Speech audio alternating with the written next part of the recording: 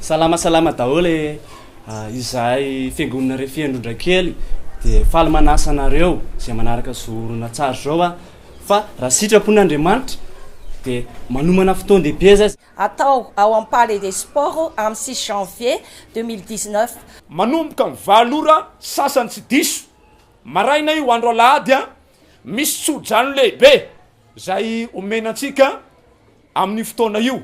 Ny tsodrano avy amin'ny mpanompon'Andriamanitra lehibe pasteur Andrianay Vravelona Mivady zay lehibe mpanorona ny fiangonana Rema Fanafana International Sampana-Androndrakely. Raha izay manokana de resy lahatra sy mino fa ny tsodrano avy amin'ny mpanompon'Andriamanitra de tena afaka ny anova ny fiainanao.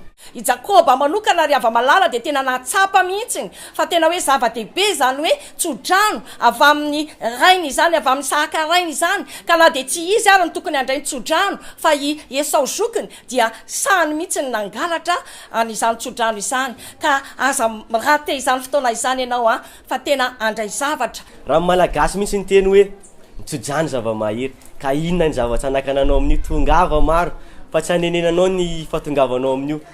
Ianao zay efa mpiaino mpanaraka ny Cool TV, mpanaraka ny Radio ASM, mpanaraka ny YouTube, mpanaraka ny Facebook dia faly manasa anao manokana mihitsy zay mba ho tonga amin'io fotoana io fa ny zavatra fantako de efa nandray zava-dehibe anao tamin'ireny fotoana nanarahanao an'ireny fandarana rehetra reny.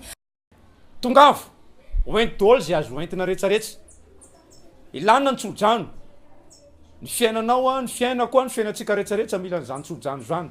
Tsy andoavam-bola ny fahatongavana makany amin'ny Palais des Sports ho anao tsy hanenenanao ny fahatongavanao ka dia manentana antsika tsirairay avy tompoko tongava amin'ny 6 janvier 2019 eny amin'ny Palais des Sports. Amin'ny hariva moa tsika dia itotorebika andi ideran'Andriamanitra satria ny finoana ny andianantsika faty fahitana. Rehefa nandray tsodranotsika ny maraina tapanariva tsika miaraka misoma miaraka mideran'Andriamanitra satria faly nahazo tsodranotsika. Andriamanitra ne ta ianao alamino programme frère alamino programme rahalahy tongava daholo tsika rehetrarehetra asay daholo manodidina ny any amin'ny tokantrano vady aman-janaka asay daholo tonga amin'io 6 janvier amin'ny 7 ora sasany ao amin'ny Palais des Sports tongava daholo tsika rehetrarehetra iaraka ideran'Andriamanitra tsika amin'ny fotoana io.